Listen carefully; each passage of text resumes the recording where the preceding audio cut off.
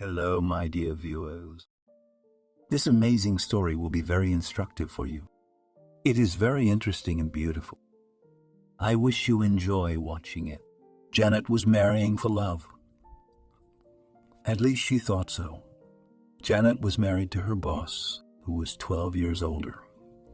He had been married before in that family and had 2 sons growing up, but that didn't stop Jhon. He fell in love with Janet and wanted to start a new family. Her close friends dissuaded Janet from this wedding because they doubted the loyalty and faithfulness of her chosen one. But love is blind and foolish in some cases. Janet did not listen to anyone and married the man she loved. Family life was going quite well. Jhon insisted that Janet change her job because he believed that spouses should not work together. He even helped her by working again, getting her a job with an acquaintance as a chief accountant. Janet dutifully went along with everything her spouse suggested and said. In fact, she herself was satisfied with these proposals, so there was no objection from her side. In the evenings, the couple would go to the theater restaurant to visit the remaining friends and relatives. And the reason, and most importantly, time for quarrels they just did not have. And it seemed to Janet that it would always be like that. She trusted her husband because she saw Jhon loved her for real. Janet suddenly remembered how their relationship had begun.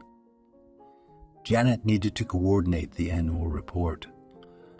But the general manager was away on a business trip and Jhon was his replacement, deputy director. Janet had rarely crossed paths with him before because she reported directly to the CEO. But in the current situation, she had to contact Jhon. They stayed up late discussing an important document. When they came to their senses, it was already 10:00 p.m. Janet, I think you and I are working too hard. Would you call your spouse so he wouldn't worry? Jhon suggested. I'm single and live alone, so I have no one to warn, except for the cat. Janet smiled, but he's independent so he can handle himself. I see. That's strange. For some reason, I thought you were married. Are you alluding to my age? Janet smiled again. No. It's just that I was sure that a girl like that couldn't be alone. What do men look at? I don't get it.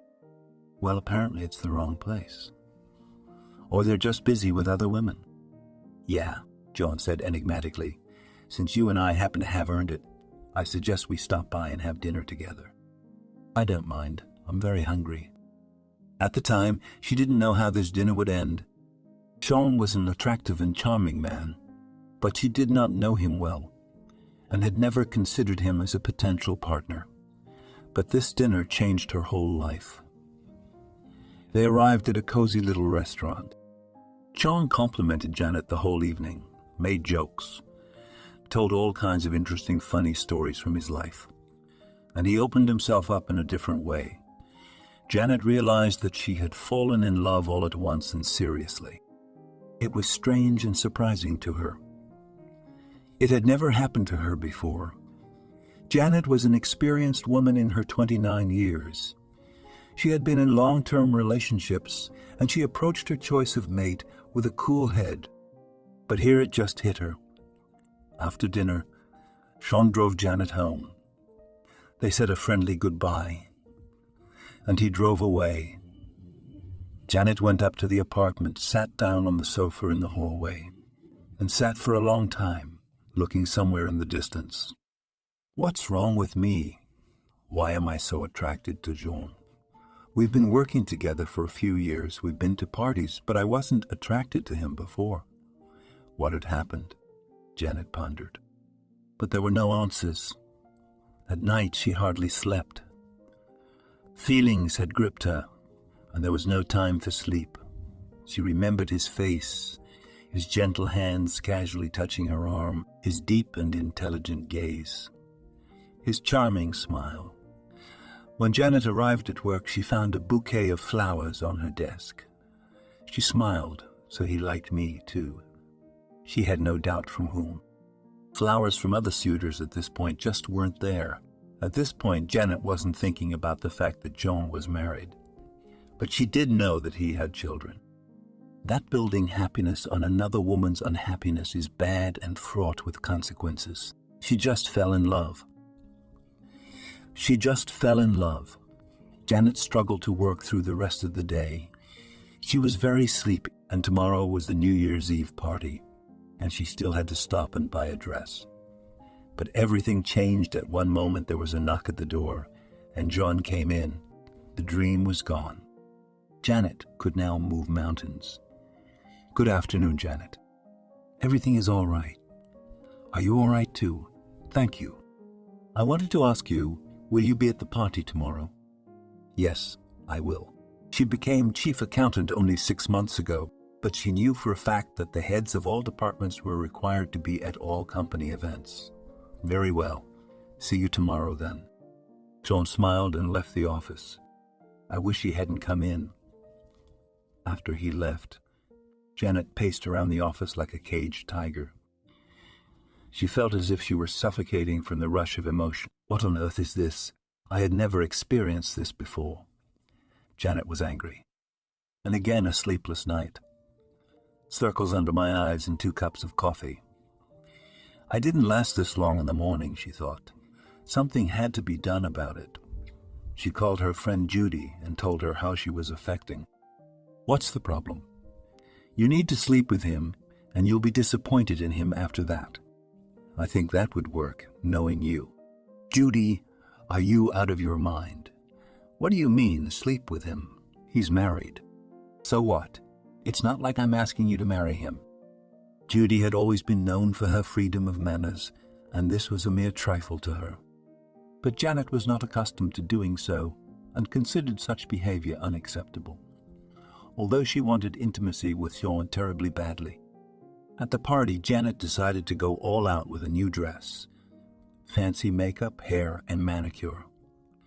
She really wanted to provoke a response from Jhon to make him gasp, too. Just dreamed about it. At the party, she looked for him, but for some reason, Jhon wasn't there.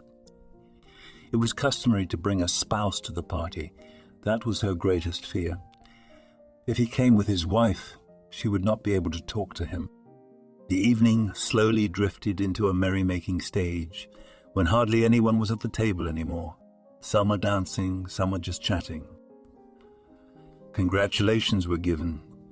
Gifts were given. We can just relax and have a rest. Janet was about to leave and leave. Suddenly, Jhon showed up on the doorstep. He was alone. Janet let out a sigh of relief. Jhon walked over to the CO, chatted with him, and looked at Janet. She sensed this and looked intently in his direction. Finding Janet, he walked towards her confidently. You are more beautiful than ever, Janet. Jhon leaned over and kissed her hand. Thank you, Janet smiled. I refrained from fainting at his touch. A small shiver went through my body, and he felt it. Are you cold? Carefully asked Jhon. No, Janet answered quickly. Then why are you shivering? Jhon smiled slyly. I don't know. Janet lied. Jhon looked at her slyly. I think I do too. Janet was very embarrassed to be somewhere underground. She had never been so embarrassed before. She held up her hand and hid it behind her back. Janet, there's nothing embarrassing about it. It seems normal to me. Such frankness she had not expected. It was good that the hall was half dark. Otherwise, everyone would have noticed Janet's burgundy color. I don't think it's appropriate to say things like that. Even if you suspect something, Janet tried to retort. Did I say that? I do. I'm sorry. I'm quite sure of it. He leaned into her ear and, barely audible, said, I haven't slept in 2 nights. I can't stop thinking about you. Janet's legs buckled. If Jhon hadn't held her under his elbow, she would have fallen for sure. Janet looked at him and tried to figure out what to do.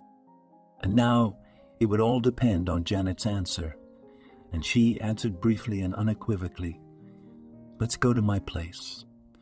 40 minutes later, they flew into Janet's apartment. They couldn't make it to the bedroom, so the whole thing happened in the hallway. It was unthinkable. Later, Jhon confessed that he had been in love with Janet for a long time, but he could never make the first move, and he was really sure that she was married. Jhon stayed with her until morning, and 2 weeks later he left the family and moved in with his belongings. And then the unimaginable attack by the ex-wife of her in-laws began.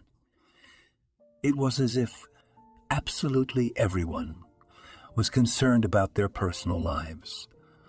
Janet tried to answer delicately. Jhon, on the other hand, was blatantly rude, saying that it was their business and that no one had a right to interfere. After a couple of months, everyone calmed down and actually forgot about the story. In the meantime, Jhon had filed for divorce and was waiting for the court to decide, because his wife had flatly refused to divorce him. After the papers were drawn up, Jhon and Janet were married after 2 months. There were not many guests at the wedding. Only the people closest to them were present.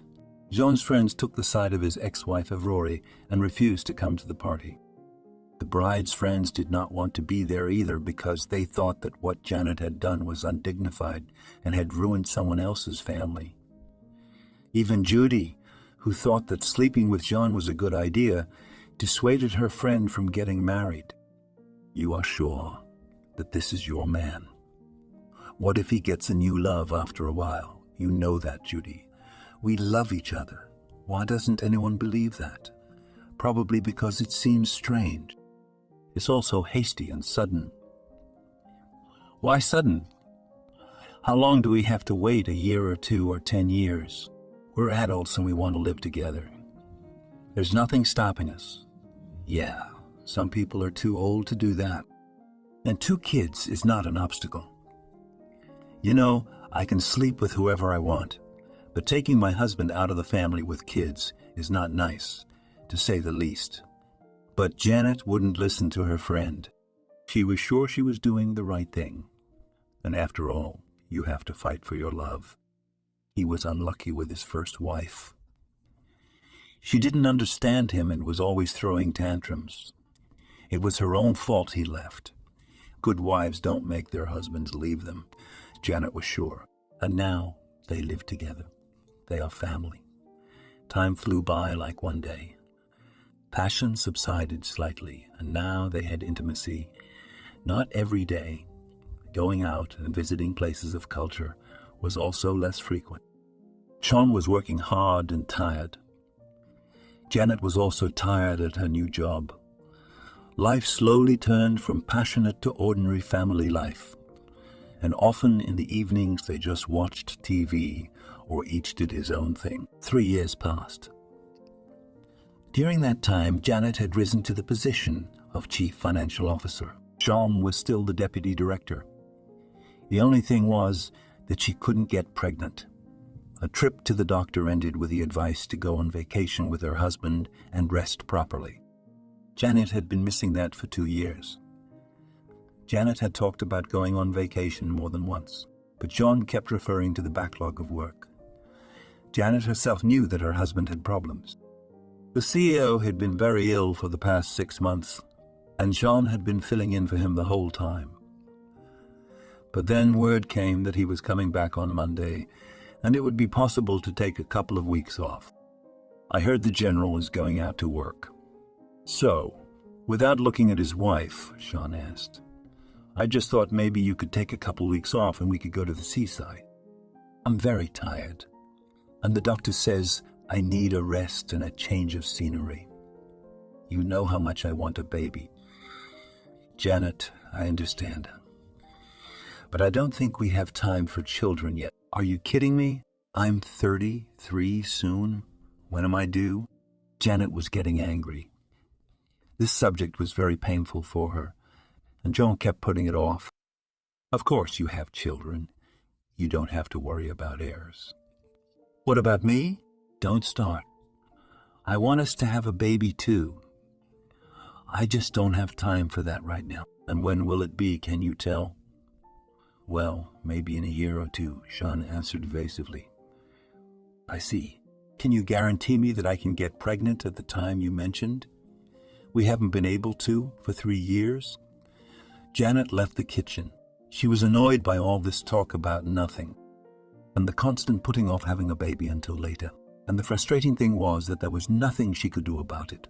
Suddenly it hit her. "Stop! I have a birthday in 2 weeks. I'll ask her husband a gift trip to the sea together. We'll not go anywhere." "We'll go." After waiting a couple of days, waiting until her husband finally calmed down, Janet started talking about the gift. It was customary for them to discuss gifts in advance, so Janet bravely broached the subject. "Jhon, have you decided what you're going to get me?" "Not yet. Do you have a wish?" "Yes," Janet smiled. "I want to go to Portugal, at least for a week." She expected her husband to start an argument, but surprisingly he assented. "All right," I persuaded him to let her go on a vacation. "But no more than a week." "Of course I agree to a week, as long as it's just the two of us." Janet was happy. At last she had managed to persuade her husband to take some time off. She decided not to rely on him, but to organize the trip herself. On the eve of her birthday, Janet met Judy to share her joy, but her friend did not share her joy. "I don't know what you're so happy about. It's only a week's vacation. It's impossible to rest during that time." "You don't understand. It's a change of scenery. It's just the two of us, no phone calls or offices or anything. Even 3 days off like this is a joy. 7 days is a joy. I don't think your Jhon is going." "Why not?" Janet was surprised.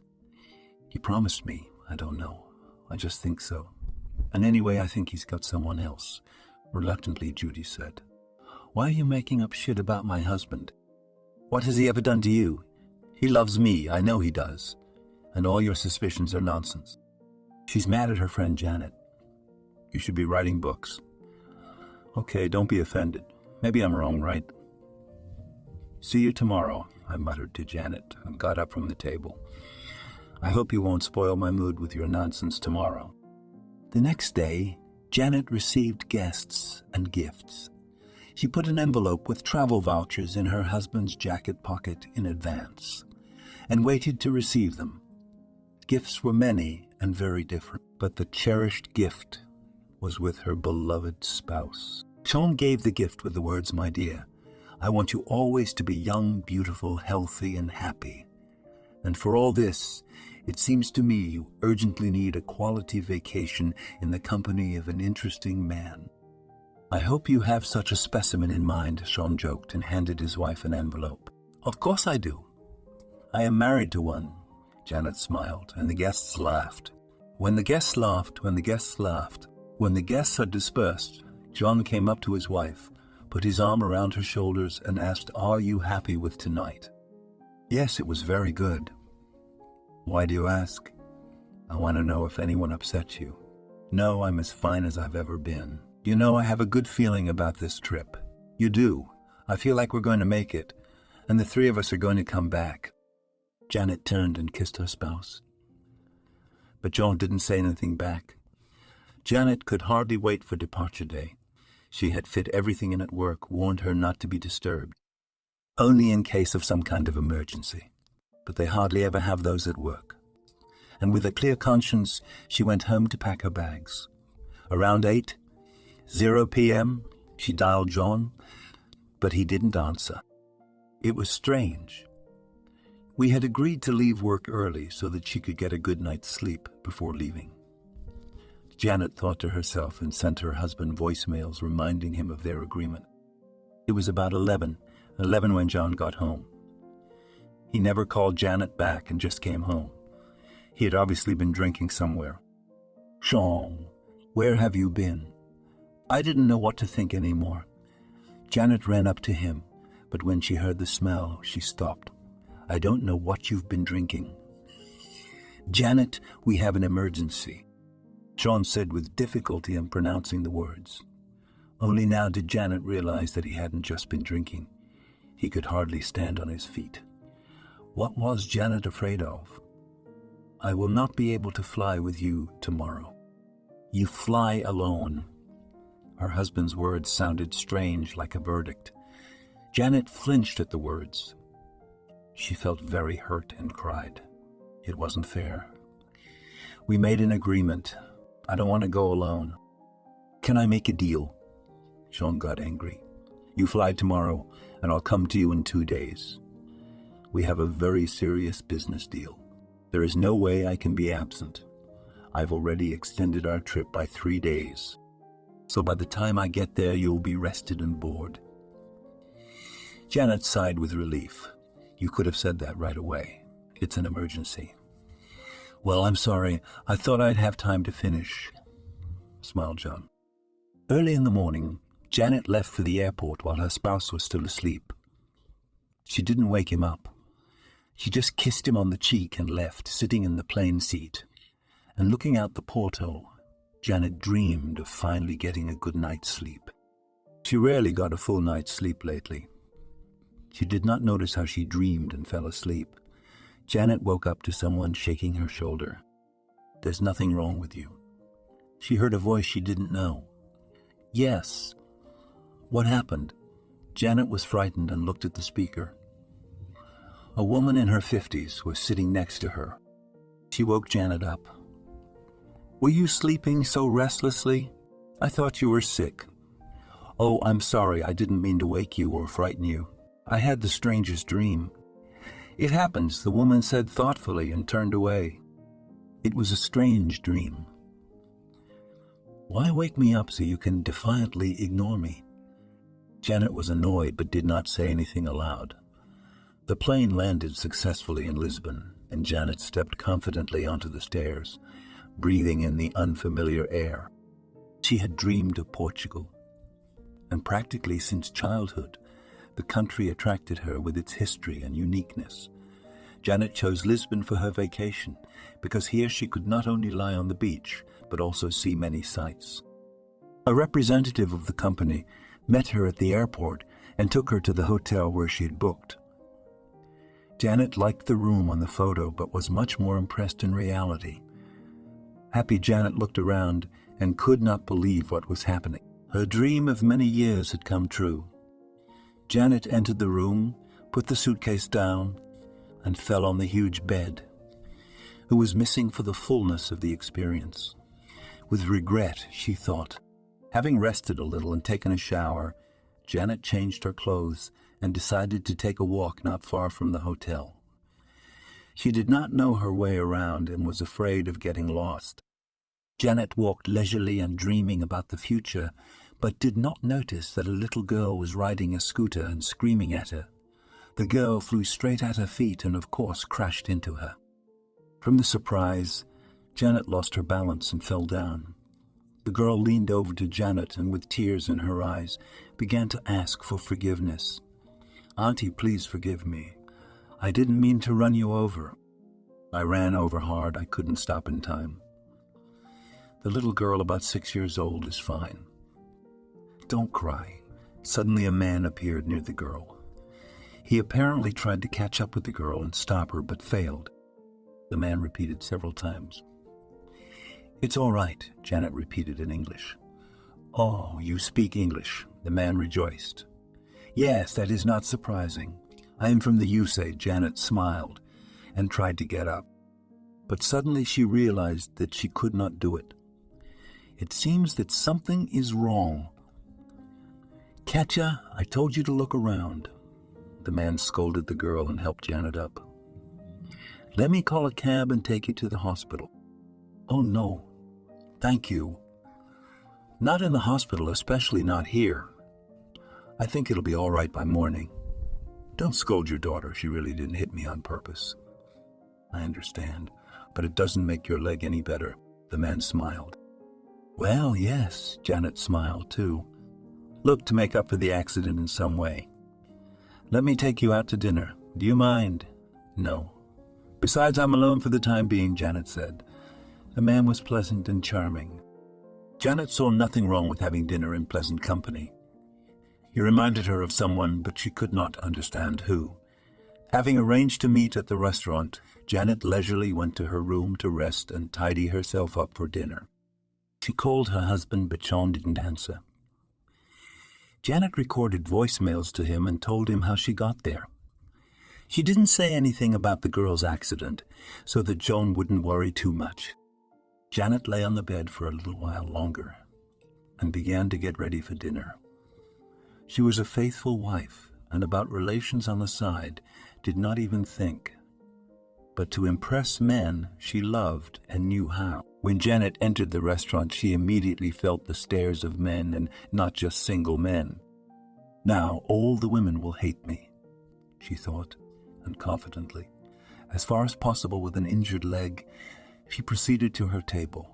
She wore an almost floor-length peach dress with a high slit down her right leg.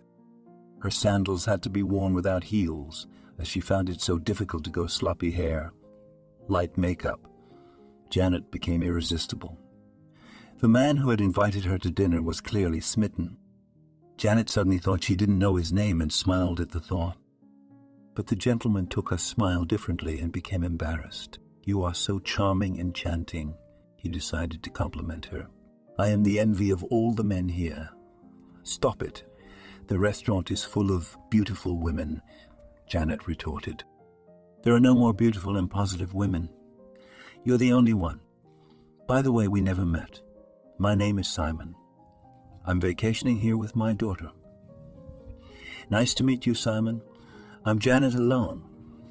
Alone at the moment, but I hope my husband will join me in a few days." "You're married?" Simon is surprised. "Does that surprise you?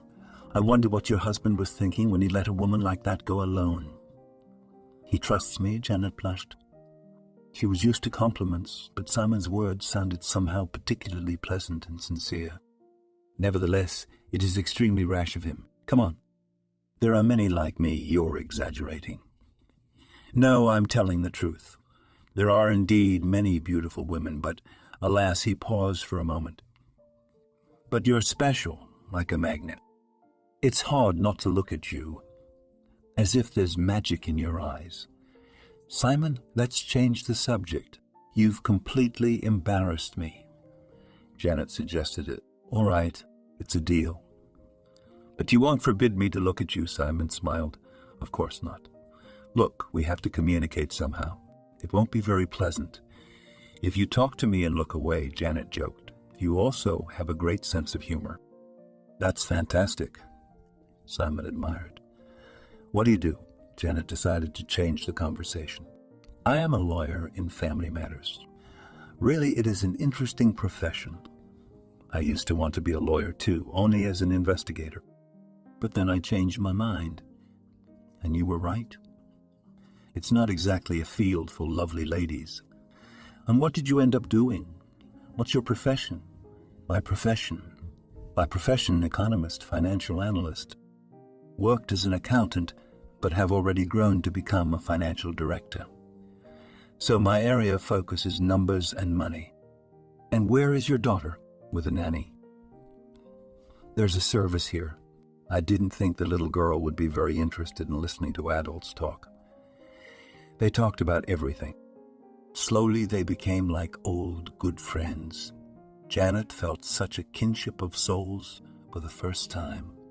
She usually had trouble getting along with people and rarely talked heart to heart to heart.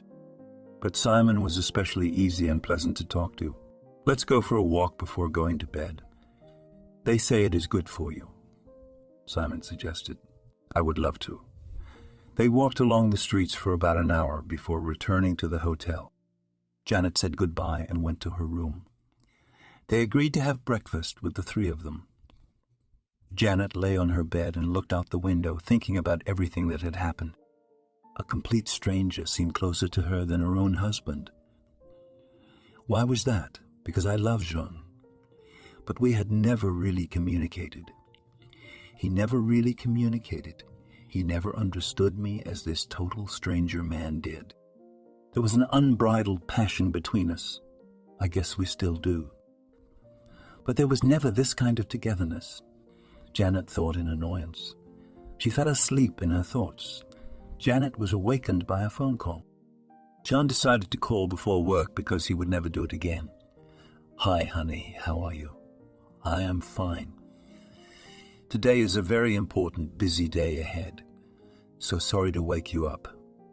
I'm gonna be so busy later. I won't be able to die. It's okay. It's not a big deal.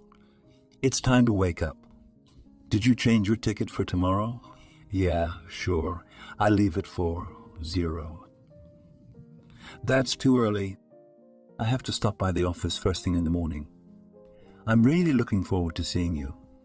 Have a good day kissing you. Kissing you, Jhon said and passed out. Janet went out for breakfast. Simon and Lucy were waiting for her outside the restaurant. Aunt Simo. Good morning, Katya shouted excitedly. Good morning, Katya. She hugged the little girl. The little girl was very cute. Irina liked her immediately in spite of such an unfortunate acquaintance. Hi. How did you sleep at the new place? Simon asked. Hi. You know, it's surprisingly good, although I usually don't sleep well in strange places. This place is like that. Everything happens here in a special way. I love Portugal and especially Lisbon. It's my 3rd stay at this hotel. We used to come here with just the 3 of us. And he turned his head to the side. It was obvious that it was difficult for him to talk. But since my wife is gone, we have to travel alone. I'm sorry, I didn't mean to open your wounds. Janet apologized for something, even though she didn't say anything. Your wife has been gone a long time.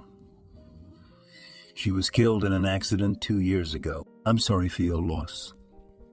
Yeah, it's hard to lose loved ones. She was 7 months pregnant. Drunk driver ran into oncoming traffic. Berta died at the scene, and so did the baby. That's terrible, Janet said sympathetically. Let's go to breakfast. I don't want Lucy to hear us talking. I think she remembers her mother, and she will be hurt by the memory. Simon looked at Janet gratefully. Yes, you're right. Thank you. Lucy, let's go to breakfast. He turned to his daughter, who was running around the pool for breakfast. After calming down a bit, Simon asked what Janet's plans for the day were. I don't even know. It's my first time in Portugal. I have no idea where to go. Oh, it's not a problem. Lucy and I are experienced tourists and experts in the area. I suggest visiting the Tile Museum and the National Museum of Ancient Art. You'll love it. Great. Only on the condition that you keep me company. Sure, Lucy, we'll show Aunt Janet our favorite places. Yay, we're going to the museum. The little girl was so excited. And so they decided. After breakfast, the 3 of them went for a walk in Lisbon. Janet liked the city very much and was glad she had chosen this place to stay. They visited both museums and planned to visit the Science Museum tomorrow, which Simon and Lucy had not yet been to. The whole time Janet chatted with Simon on a variety of topics. She talked about herself, her tastes and interests. And the amazing thing was that in many ways their interests were the same. They spoke the same language and understood each other at once. At one point Janet stopped, looked at Simon and said, I wish we could still be friends. I've never had anyone as close to me as you. Simon took Janet's hand and said quietly, so that Lucy wouldn't hear, I really wish we were more than friends, but you are married. And I understand that there can't be anything but friendship. So I'm okay with at least that. For the first time since Bertie left, I look at another woman with interest. Thank you. If you ever need my help, you can count on me. I will never betray you or let you down. Thank you. No one has ever said that to me. Janet said sadly. She felt that Simon was sincere and could be relied upon. And indeed, no one had ever said those words to her before. They continued their walk and went to a small, cozy cafe to have lunch. During lunch, Simon joked and both Lucy and Janet laughed. Suddenly the telephone rang. Janet picked up the phone. What happened? Yeah, a little emergency. I can't fly out tomorrow, Potential partners rescheduled a meeting for tomorrow night, so I'll have to stay a couple more days. I hope you're not bored there. Janet couldn't take it anymore. She suddenly got the impression that Jhon was deliberately postponing the departure date because he hadn't wanted to go on vacation in the first place, and she burst out, "Tell me, are you doing this on purpose? You didn't want to go on any vacation with me." Janet raised her voice, forgetting that she was in the cafe and that Simon and Lucy were standing next to her. "You were just pretending to agree, and now you're making excuses. That's dishonest and mean." "Janet, what are you talking about? What do you mean on purpose? But don't believe me, call my secretary and ask her for my appointment schedule. I'm really very busy and I can't fly in right now." "Okay, I get it. I'll rest on my own. I'm not going to cut my vacation short. I've earned it after all." Janet blurted out and hung up. The mood was ruined. Only now she realized that she had spoken harshly and loudly and apologized to those around the table. "I'm sorry, I'm full of it," Janet said. "I was sure he wouldn't come from the beginning, but I hoped until the very last moment. It's such a shame." Tears came to her eyes, and she turned away. Then she apologized and left the table. Lucy looked at Daddy. "Daddy, why is Aunt Janet crying? Did someone hurt her? Can you stand up for her?" "I can, sweetheart. If Aunt Janet wants it, you can't interfere in someone else's relationship without permission. I think she'll figure it out on her own." Janet went back to the table and offered to go back to the hotel. "I don't feel well," she said, though it was obvious what the reason was. Simon walked Janet back to her room and suggested they have dinner together. "Maybe we could do it again last night. Will you tell me what's bothering you? I can see you're having a storm inside." "Yes, I guess so," Janet said thoughtfully. "I'm already outside the house, very much waiting for you. I'm bursting with excitement right now. You're intriguing me. I'll be at your place in an hour. I'll be there." Janet took a cab and drove home. On the way, she dialed Simon. "Hey, how are you guys doing over there?" "Hi, we're fine. We're waiting, of course, very much. And you, how are you flying in alone?" "Yeah, I'm not married anymore," Janet said mysteriously. "How's that?" Simon was surprised. "I'll tell you all about it tomorrow. I've got a ticket and I'll fly out tomorrow. Wait for me. I kiss you goodbye." "Kisses until I see you," said a discouraged Simon. Janet pulled up in front of the house. She jumped out of the cab and ran into the entryway. Janet had never used an elevator. She was afraid of getting stuck in one and preferred to walk, especially the fourth floor wasn't that high. Already getting her keys, she heard footsteps behind her. She turned her head and received a blow to the head. Janet opened her eyes. The ceiling was white, the walls gray, and the bed next to it. The headache was unbearable. Janet hardly realized that she was in a hospital room. She tried to say something, but she couldn't hear herself. "What is this nonsense? Why am I in a hospital?" She tried to move, but her arms and legs would not move. Janet reached her hand out to the side and hooked a can. It rumbled to the floor. A nurse rushed into the room. "Doctor, she's awake." "Somebody call the doctor." And she bent over Janet and looked at her. "How are you feeling?" "Fine, I guess." Barely heard Janet say. The doctor, who looked a lot like Ibelit, with the same beard and glasses, rushed into the room. Janet even smiled as she looked at him. "Yes, I am, and it hurts." The doctor smiled, apparently accustomed to being often compared to this character. "Only my name is Osti Bernando. How do you feel? Do you remember anything?" "I don't remember anything." "What happened?" Still having a hard time asking. "Were you hit on the head?" "You have a closed head injury." "It's a good thing you came to your senses. We've been worried for a long time." "I've been worried about you, Janet, for 2 weeks. Like a second week." Janet jumped up on the bed, and tears came out of her eyes. "No, there are no tears." You are not allowed to worry. Absolutely not. Are you alive? That's all that matters. Everything else can be fixed. You don't understand. I have to be in another city. There, in general, it is very important. Janet, you will go to another city as soon as you get better. You will have to stay with us for a long time, until we are sure you are all right. No one will let you go anywhere. Things can wait, even important things.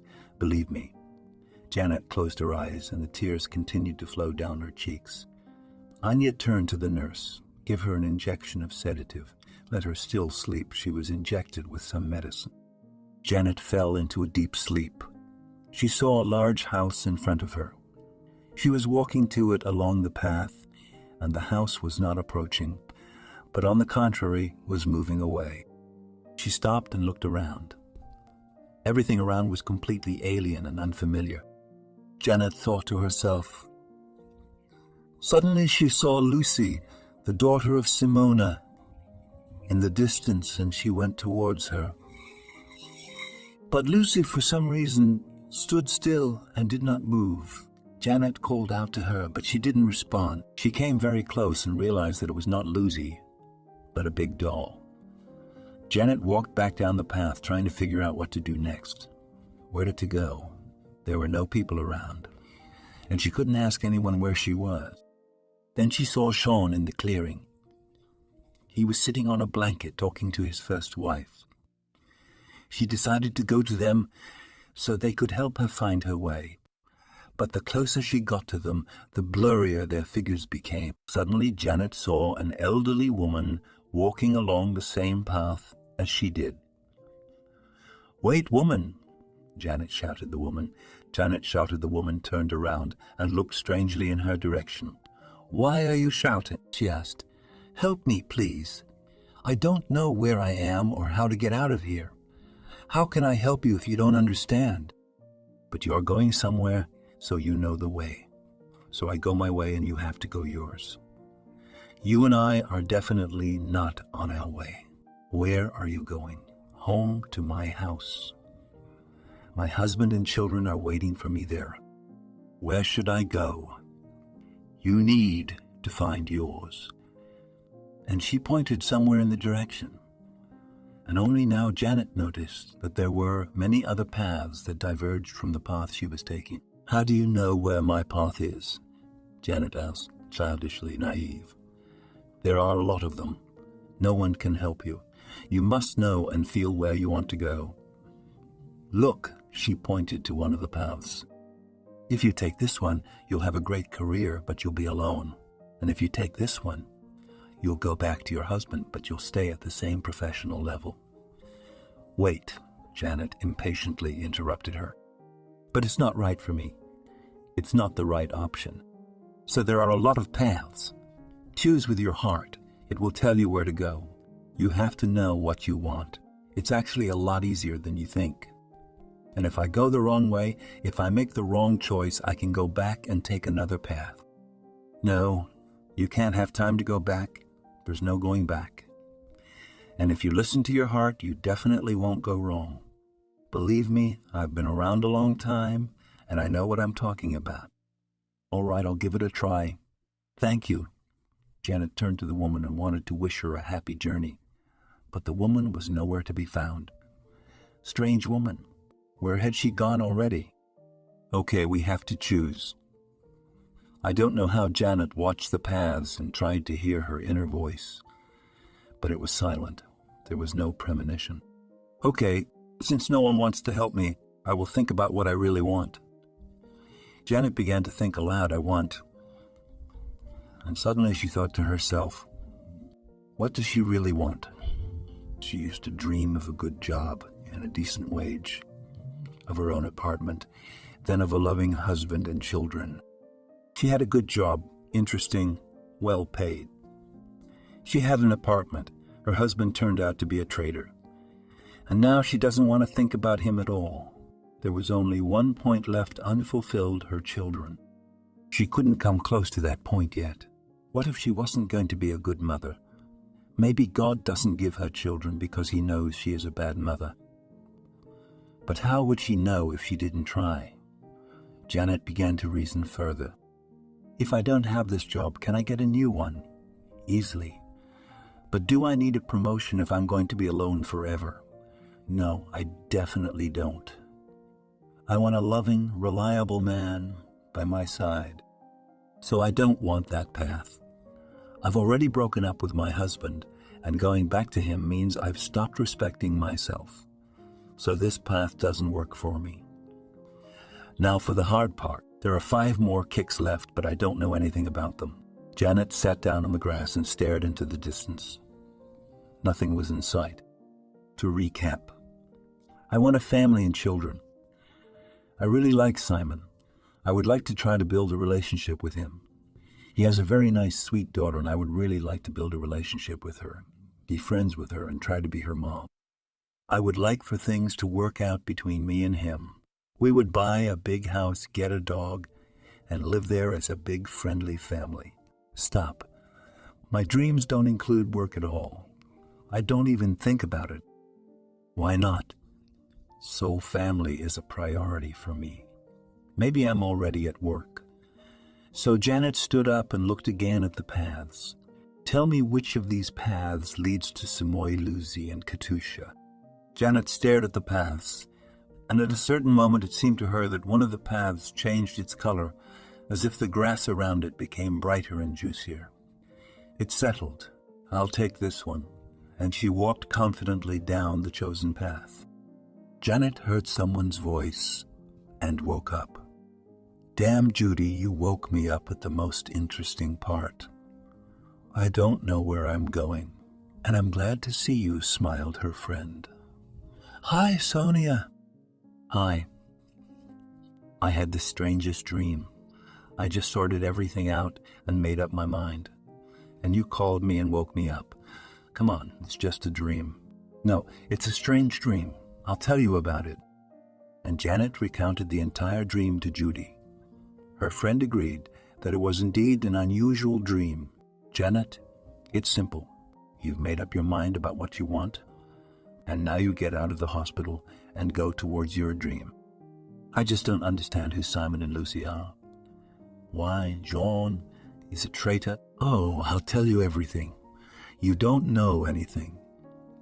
Janet told Judy about meeting Simon in Lisbon, about his daughter, about the great time they had together, how understanding, considerate, caring, and so on.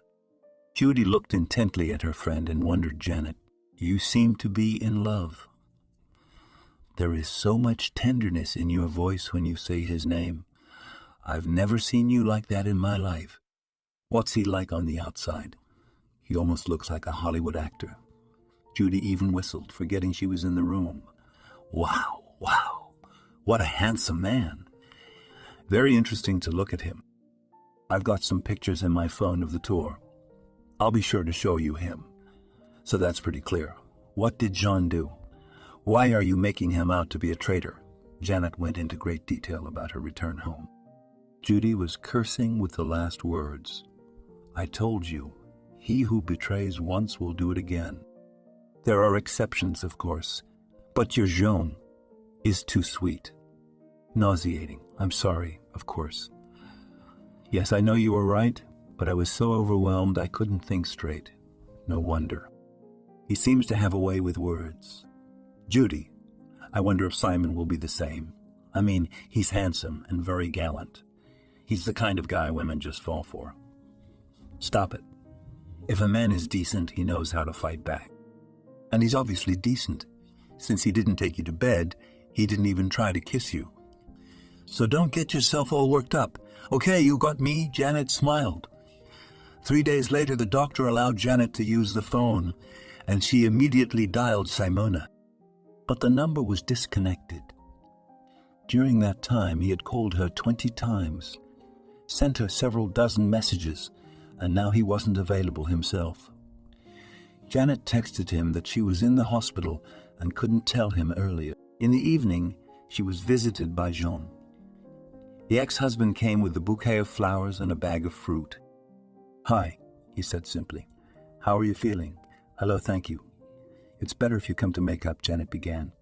But Jhon interrupted her. No, I didn't come to make up. I came to say sorry and goodbye. Sadly, said Jhon, say goodbye. Janet was surprised. Yes, I signed the documents in the registry office.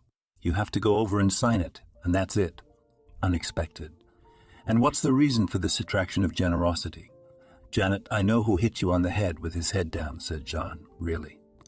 And who is that? Another one of your lovers asked. She began to get angry. No, they did it at my mother's request.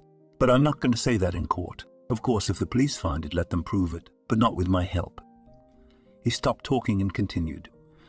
Please forgive her. She's a woman of authority, and she's used to having things done her way. Oh my goodness, I didn't even think anything of her. I was shocked when I found out myself. And also, I'm sorry about everything. I've always gone left-handed. I guess it's just my nature. I can't live with just one woman. I get bored. I won't have a family anymore. I've had enough. And yes, I was offered to head the branch in the States. I accepted, and I'm leaving. Can you forgive me? I feel really bad for you. I can't leave without saying goodbye. Janet looked at her ex-husband with sadness and regret. On the one hand, he had betrayed her. His mother had been mean to her. On the other, he was a miserable man, in fact. He had never loved anyone and was unlikely to love anyone, and the few years they had lived together had not always been bad. She had learned something from living with Jhon. I am not angry with you. Unexpectedly to herself, Janet said. We've had some good times too. I have many good memories of living with you. Although it pains me to hear you say that you have always gone out. You don't have to say anything about that. I told you to be honest. I didn't start acting like that right away, about a year after we got married. I'm disgusted myself, but I can't help it. It's like hunting. Okay, let's not talk about it. I'm glad you're all right, and I want you to be happy. To find a normal family man, to have kids, and you deserve all the best in the world. That came from the heart. He walked up to her, leaned over, and kissed her on the cheek. Janet hugged him goodbye. May you do well, too. Wait, what about your pregnant mistress? You're leaving her. She lost the baby and broke up with me, although I thought she was coming with me. So I guess it's only fair that I'm alone. I don't think you've ever really been in love. And you're bound to meet your woman and settle down. I don't think so. I'm not 25, Jhon said sadly. He hugged and kissed Janet again. Be happy. Jhon left the room, and Janet kept looking at the door. Pity him, she thought. He's not a bad man, just a womanizer. Maybe it really is some kind of disease and he can't control himself. The doctor came into the room. So, Janet, shall we discharge? Or do you like it so much that you will continue to lie here? The doctor smiled. Shall we? Janet shouted. Then get ready. Tomorrow I will discharge you. The next day, Janet went home. Judy picked her up from the hospital and helped her carry her thing. What are you going to do, friend? She asked Janet. We have to go to the registry office and sign the application to close the matter. And then she smiled thoughtfully. Then I will look for my betrothed. Fortunately, he is also from America. I can help you. Do you have any information about him? Of course, last name, first name, profession. He's a lawyer. That's an easy one. Let's check the internet. It took Judy a few minutes to find Simona and look up the office address and office hours. I think it would be cool if you could surprise him and come to his office as a client. Yeah, I'm kind of nervous about surprises. I've been coming home as a surprise lately. That's silly. He'll be very pleased. Go ahead and call. Janet dialed the number and made an appointment for a consultation. Tomorrow at 11:30, she repeated aloud. She had to get cleaned up after the hospital. So urgent to the salon and a manicure. Let me take care of your recovery. My salon's open today. Let's just go to the registry office first. It's on the way just as a friend stopped at the registry office where Janet received the certificate of dissolution of marriage. and then to the salon. Janet decided that she needed to start her new life with a new look and had her hair done differently. No matter how much Judy persuaded Janet to dye her hair a different color, she flatly refused. "No, I am a natural brunette. I don't want to ruin my color, and no. Okay, the color will not touch." After finishing her makeover, Judy drove her friend home. Janet wanted to sleep in her own bed. Before the meeting, she imagined how she would see Simona, what she would say to him. What if he didn't want to see me? What if he was offended that I hadn't come? She began to wonder if I would go anyway. I have to try at least. Janet woke up in the morning in a good mood. She finally got a good night's sleep. After drinking her coffee, she began to get ready for her most important event, her meeting with Simon. Janet got out of the cab and stopped at the door of the office at 11:20. Her inner trembling was so strong that she thought she wouldn't even be able to say hello to the secretary. She had to pull herself together, but Janet, that wasn't working out so far. Finally, somehow, coping with the excitement, Janet opened the door and entered the office. The friendly receptionist offered to sit down and wait, since Simon was still busy with another client. Simo sat in a chair and nervously fiddled with the handle of her purse. The office door opened, and a man stepped out.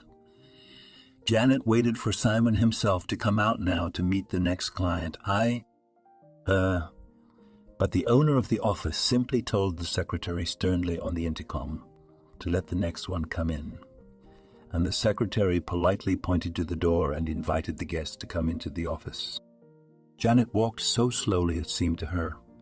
It was 2:0 before she covered the distance of 6 steps. She entered the study. But there was a completely different person sitting at the desk. It wasn't Simon. "Hello." Janet was confused. "Where's Simon?" "I had an appointment with him." "Good afternoon. Come in. Have a seat." "What can I do for you?" He ignored her question. "A man." "You're nothing. I want Simon," Janet repeated insistently. "I will speak only to him. That's how it is." "Then you'll have to wait. Simon is running late. He asked me to consult with his clients. But if it's just him you want, then please wait in the waiting room." Janet left the office. Her excitement was replaced by frustration.